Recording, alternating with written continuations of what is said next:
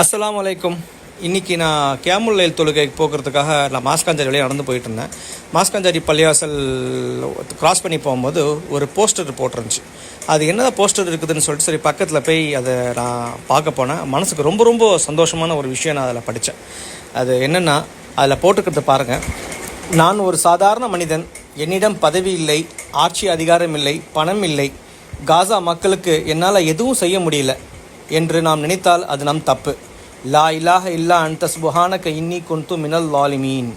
குறைந்தது மனசார 100 தடவை ஓதினால் இன்ஷா அல்லாஹ் அவர்களுடைய கஷ்டங்கள் குறையும்.